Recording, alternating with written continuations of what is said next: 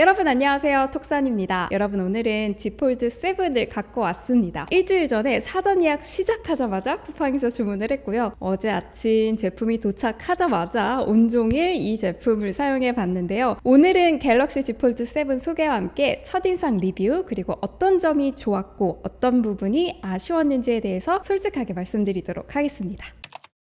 제 채널을 쭉 지켜보신 분들은 아시겠지만 제가 Z 플립을 1세대부터 사용해온 유저예요. Z 플립 6까지 변화를 지켜보면서 사용해오는 그런 재미가 있었거든요. 그런데 이번에는 제가 여러분들께 질문을 드렸잖아요. 어떤 제품 리뷰가 더 보고 싶으시냐라고 여쭤봤는데 압도적으로 Z 폴드 7이 선택이 됐거든요. 그런 이유는 단연 이렇게 슬림해진 두께입니다. 지금 많이 돌아다니는 사진이 있죠. 폴드 7과 S25 울트라의 두께 비교하기. 저도 바로 해봤는데요. 오, 진짜 두께는 역대 Z 폴드 시리즈 중에서 가장 얇은 스펙인데요. 작년에 역대 가장 얇은 Z 폴드라고 출시해서 인기가 많았던 Z 폴드 스페셜 에디션보다 이렇게 접었을 때나 펼쳤을 때나 모두 다 더 얇아졌습니다. 그간의 폴드 사용에 있어서 저를 포함해서 많은 분들의 진입 장벽이 있었잖아요. 두께와 무게감 이었거든요. 그런데 이렇게 얇고 가벼워져 버리면 정말 폴드를 쓰지 않을 이유가 없어지는 거죠. 청바지 앞주머니나 뒷주머니에 넣었을 때도 우겨 넣지 않고 그냥 쏙 들어갑니다. 그리고 볼록 튀어나와 있지도 않고요. 편하게 소지가 가능해요. 휴대하기에도 편하고 펼치면 태블릿급인 8인치 디스플레이가 되니까 영상 시청하기에도 좋고요. 저는 보통 비행기 탈 때 휴대폰과 별개로 백팩에 태블릿을 들고 타거든요. 그런데 이번에 다시 두바이로 돌아갈 때는 태블릿 굳이 없어도 이렇게 폴드 하나만 있어도 충분히 영상 시청하기에 괜찮겠다 싶더라고요. 작년까지 적용했던 언더 디스플레이 카메라를 지원하지 않으면서 Z 폴드 7은 S25 울트라처럼 이렇게 펀치홀이 되었는데요. 영상을 켜보면 동그랗게 카메라가 보이고 있죠. 폴드를 세로로 들고 영상을 시청할 땐 이 부분이 보이지 않거든요. 그런데 이렇게 가로 전환을 하면 펀치홀이 눈에 보입니다. 이렇게 세로로 영상을 시청할 때보다 가로로 뒀을 때 영상 화면이 아무래도 더 넓어져서 가로로 두고 시청을 하게 될 것 같은데 이 부분이 거슬리시는 분들도 계실 거예요. 저는 물론 펀치홀이 아예 없으면 안 보이면 좋긴 하겠지만 크게 신경 쓰이는 그런 정도는 아니었거든요. 그래도 어느 정도 감수할 만하지 않나 라는 생각도 들고요. 아무래도 언더 디스플레이 카메라로 하면 화질 저하가 조금 있을 수 있기 때문에 앞으로도 이런 펀치홀을 고수를 할 것 같다는 생각이 좀 듭니다. 그리고 저는 개인적으로 폴드를 이렇게 가로 회전해서 시청할 때 있죠. 볼륨 버튼을 위쪽으로 두잖아요. 스피커를 손으로 이렇게 막지 않아서 이 방식이 더 좋았거든요. 여러분들도 구입하시면 볼륨 버튼을 위로 두시고 영상 시청하는 거 추천드릴게요. 그리고 디자인 이야기하면서 색상 이야기를 빼놓을 수가 없는데요. 저는 블랙 색상이에요. 다른 판매처는 어떤지 모르겠지만 쿠팡에서는 블랙이 가장 먼저 품절이 됐거든요. 카메라가 엄청 돌출되어 있기 때문에 어차피 케이스를 장착하고 다닐 거라 그냥 무난한 색상을 선택을 했습니다. 사전 예약 때 삼성전자 공홈에서 배송 순서를 체크를 해보니까 블랙이 배송받을 수 있는 날짜가 가장 늦었고요. 이어서 블루 그리고 실버 순이었어요. 아마 이게 인기 순서이지 않을까 싶어요. 저는 S25 울트라를 사용하고 있었기 때문에 폴드 7을 받자마자 사운드를 켰을 때 스피커 출력에 있어서 좀 차이가 난다라고 느꼈거든요. 두 제품 모두 스테레오 스피커를 지원하고요. 돌비 애트모스도 지원하지만요. 통화할 때도 마찬가지고 영상 시청할 때도 S25 울트라에 비해서 폴드 7의 출력이 좀 약하다라는 느낌을 받았는데요.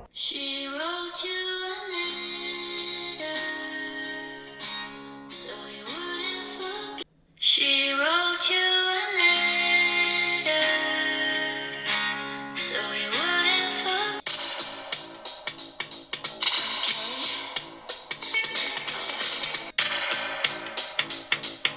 Okay, let's go.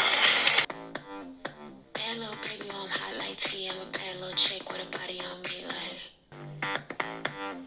Bad little baby, I'm hot like tea. I'm a bad little chick with a body on me like.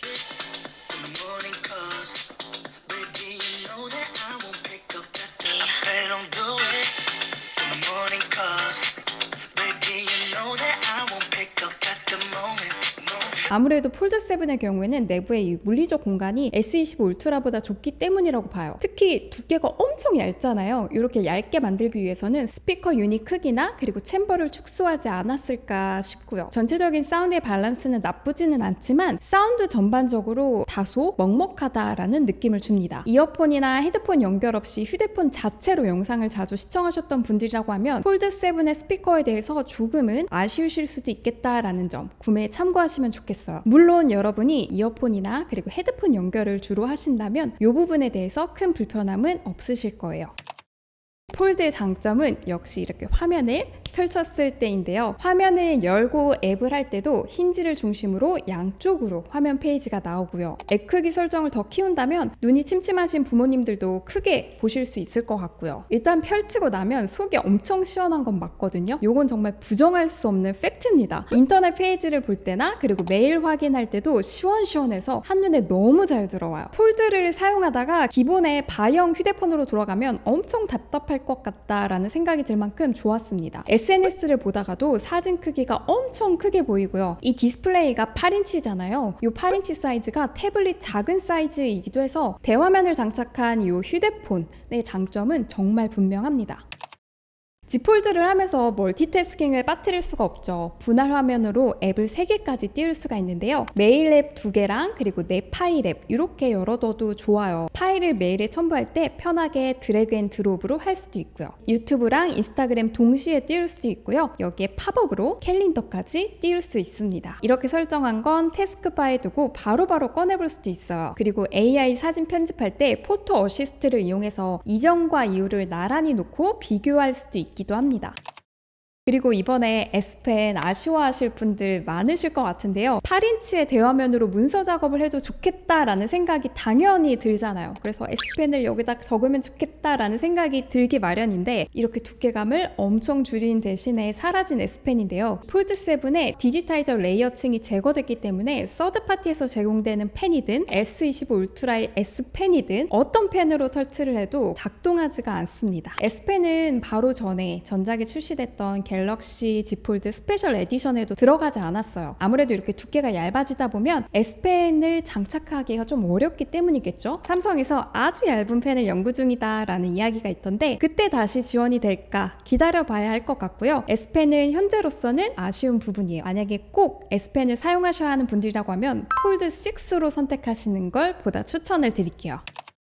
베젤 사이즈도 전작보다 눈에 띄게 얇아졌어요. 베젤 두께가 무려 약 1mm예요. 역대 폴드 중에서도 이 Z 폴드 7이 가장 얇은 베젤을 자랑을 합니다. 커버 디스플레이 크기가 6.5인치거든요. 절대 작지 않은 사이즈예요. 웬만한 바형 휴대폰이라고 보시면 될 것 같은데 비록 커버 화면의 비율이 21대 9로 가로폭이 조금 좁은 비율이긴 하지만 하단에 기본 사이즈인 앱 5개는 충분히 들어가는 정도예요. 그리고 저는 메시지를 작성할 때 폴드를 이렇게 펼쳐서 작성하는 것보다 커버 화면으로 작성하는 게 더 편하더라고요. 폴드를 펼치게 되면 손이 작은 사람에게는 손가락이 우왕좌왕할 수가 있거든요. 그래서 저는 커버 디스플레이에서 좀 더 안정적이었는데요. 커버 디스플레이에서 키보드 사이즈는 S25 울트라 기준으로 당연히 작고요. Z 플립 6를 기준으로도 조금 더 작아요. 그렇기 때문에 커버 디스플레이에서 텍스트를 쓰시다가 오타가 날 수도 있습니다. 그 점은 참고해주세요. 근데 영상을 시청할 때는 이 커버 디스플레이 만으로도 충분한 느낌이었거든요. 이렇게 가로로 두고 보잖아요. 이 정도 사이즈면 대중교통 이용하면서 영상 보실 때도 폴드를 굳이 펴지 않고 충분히 이 커버 화면으로도 보실 수 있는 사이즈라고 생각을 해요. 그리고 저는 오늘 아침에도 화장할 때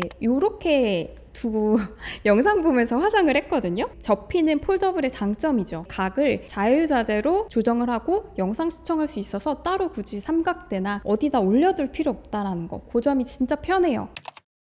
이 폴드7에는 아머 플렉스 힌지가 적용이 됐는데요. 이전보다도 내구성을 강화하고 주름 현상을 향상했다라고 발표를 했어요. 그런데 여러분, 해외 온라인 커뮤니티에서 초기 전시 제품에서 폴드7의 힌지 품절 우려를 제기했다라고 하는데요. 이 힌지가 완전히 열리지 않는다라는 우려였어요. 삼성에서는 폴드7을 펼쳤을 때 힌지 각도가 178.5도에서 181.5도 사이에서 열리는 건 정상적인 현상이다, 양품이다 라고 판단을 한다고 발표를 했거든요. 저 역시 배송받은 제품을 이렇게 확인해 본 결과 힌지 작동이 부드럽고 각도도 충분히 잘 펴지는 편이라서 다행이다 싶었는데, 혹시 구매하신 분들 중에서 힌지가 뻑뻑하거나 너무 둔하게 느껴지신다면 이 힌지 각도를 한번 살펴보시는 걸 추천드릴게요. 사실 삼성 폴더블 힌지는 이제 여러 세대를 거쳐왔잖아요. 초기 모델에서는 힌지가 들뜨거나 느슨해지는 문제도 꽤 자주 언급이 됐어요. 그런데 최근 출시되는 폴드 모델 그리고 플립 모델에서는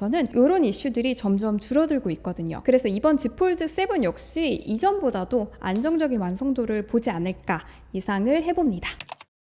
프로세서는 최신 프리미엄 프로세서인 S25 시리즈와 동일한 퀄컴의 갤럭시용 스냅드래곤 8 엘리트가 탑재되었고요. 배터리는 Z 폴드에서 늘 비슷한 수준이었거든요. 이번에도 역시 4400mAh예요. 유선으로 25W 고속 충전을 지원을 하고요. 지문 인식은 정전기 방식의 지문 인식인데요. 측면 전원 버튼으로 해요. Z 플립도 마찬가지였고 폴드는 이렇게 측면 지문 인식을 이용을 하고 있는데 저는 개인적으로 S25처럼 이렇게 초음파식 디스플레이 지문 인식이 불편해서 측면 지문 인식을 선호합니다.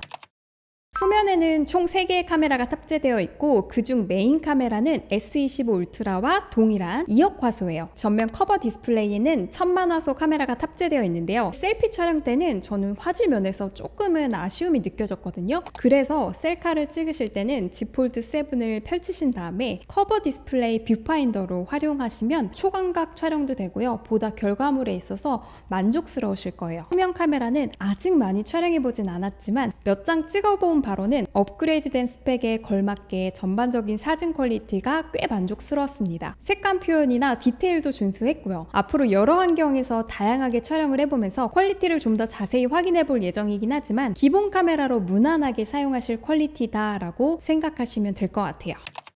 여러분, 오늘은 이렇게 갤럭시 Z 폴드 7의 첫 리뷰를 전해드렸는데요. 짧은 사용이었지만 느낀 점을 정리해보자면요. 무게와 두께가 확실히 개선이 돼서 휴대성이 정말 놀랍게 좋아졌고요. 펼쳤을 때의 시원한 대화면 그리고 매끄러운 멀티태스킹은 여전히 폴드만의 매력이 있었습니다. 다만 스피커의 출력이나 S펜 미지원 그리고 여전히 높은 가격대는 아쉬우실 수 있는 포인트라고 생각을 해요. 그래도 전체적으로는 폴드를 처음 입문해보고 싶으셨던 분들에게는 진입 장벽이 크게 낮아진 모델이라는 점은 확실한 것 같아요. 폴드를 써보고 싶지만 너무 무거워, 두꺼워 하셨던 분들에게는 이번에 정말 강력히 어필이 됐고요. 기존 폴드 유저라면 가볍고 슬림한 업그레이드에 만족하실 수 있을 거라고 생각을 합니다. 저는 앞으로 Z 폴드 7을 잘 사용하는 방법에 대해서 사용팁 영상을 남기도록 할 거고요. 여러분들께서 궁금하신 점이나 사용 중 느낀 점이 있으시다면 댓글로도 많이 남겨주세요. 오늘 영상 봐주셔서 감사하고요. 그럼 저는 다음 영상에서 만나요. 안녕!